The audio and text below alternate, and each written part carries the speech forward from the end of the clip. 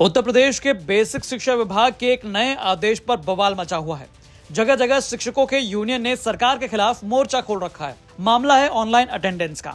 दरअसल विभाग का आदेश है कि अब बच्चों के साथ साथ टीचर्स को भी डिजिटल अटेंडेंस भरना होगा, लेकिन कई शिक्षक इस आदेश के खिलाफ हैं। इसी बीच अब आजाद समाज पार्टी के चीफ और नगीना से सांसद चंद्रशेखर आजाद ने भी सीएम योगी को चिट्ठी लिख इस आदेश को निरस्त करने की मांग की है।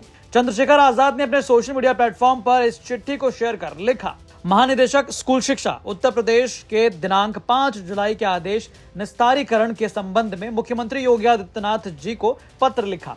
मैं मुख्यमंत्री योगी आदित्यनाथ जी से निवेदन करता हूं कि समाज में शिक्षकों की गरिमा, विश्वसनीयता को ध्यान में रखते हुए मामले को संज्ञान में लें और आदेश निस्तारीकरण हेतु संबंधित अधिकारी को निर्देशित करें।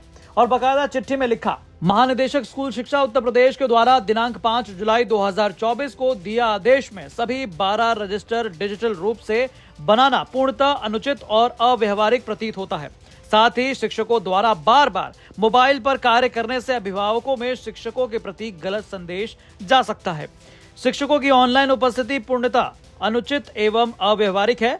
इससे शिक्षकों में भागम भाग की स्थिति पैदा होगी। समाज में शिक्षकों की गरिमा और विश्वसनीयता खराब होने से शिक्षा प्रभावित हो सकती है। मैं मुख्यमंत्री योगी आदित्यनाथ जी से निवेदन करता हूं कि समाज में शिक्षकों की गरिमा, विश्वसनीयता को ध्यान में रखते हुए मामले को संज्ञान में लें और आदेश निस्तारीकरण हेतु संबंधित अधिकारी को निर्देशित करें। आपको बता दें कि परिषदीय विद्यालयों में कल यानी कि 8 जुलाई से बच्चों के साथ साथ अब शिक्षकों का भी डिजिटल अटेंडेंस शुरू करने का आदेश आया, लेकिन तकरीबन पूरे उत्तर प्रदेश में यह प्रक्रिया शुरू नहीं हो पाई क्योंकि डिजिटल अटेंडेंस के विरोध में शिक्षकों के तमाम संगठन सामने आ गए। शिक्षकों का कहना है कि सरकार का यह आदेश अव्यवहारिक है।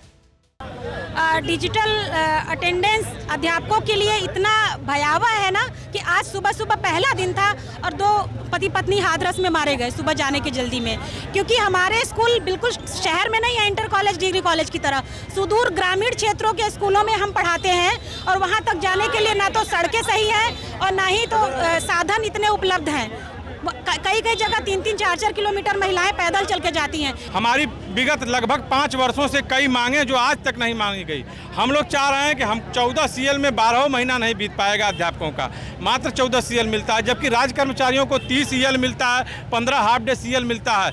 हमारी मांग है कि हमको भी 15 हाफ डे CL, 30 EL और जिस तरह से हम बता रहे हैं कि कैशलेस चिकित्सा सुविधा सबको मिलती है, इसलिए हमारे अध्यापकों को भी मिलना चाहिए। वर्तमान में मुख्यमंत्री जी कहे भी थे, वादा भी किए थे कि हम कैशलेस देंगे, लेकिन आज तक नहीं मिला। इसलिए ये सब मांगे पूरी हो जाएंगी। हम लोग डिजिटल देने का अटेंडेंस देने के लिए तैयार हैं।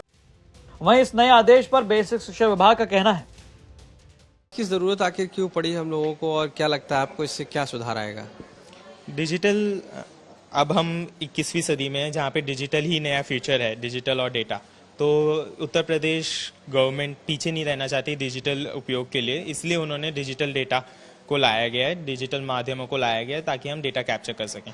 इससे इंक्रीज़ ये आएगा कि हमारे पास एक तो डेटा विजिबिलिटी बढ़ेगी, हम डेटा देख पाएंगे कि कब कौन से टीचर एब्सेंट है, कौन से टीचर आए हैं, और वो भी सेंट्रल लेवल पे। तो अगर कोई एक्शन लेना हो, कोई रेमिडिएशन करना हो सकता है कोई समस्याएं आ रही हो टीचर्स को कि वह स्कूल नहीं आ पा रहे, कुछ और प्रॉब्लम्स हो, तो उन सबको सॉल्व करने में बहुत सहयोग होगा। तो ये डेटा एनालाइज के बाद ही पता चल पाएगा कि हमें क्या क्या चीज़ों में इसकी सहयोग मिलेगा।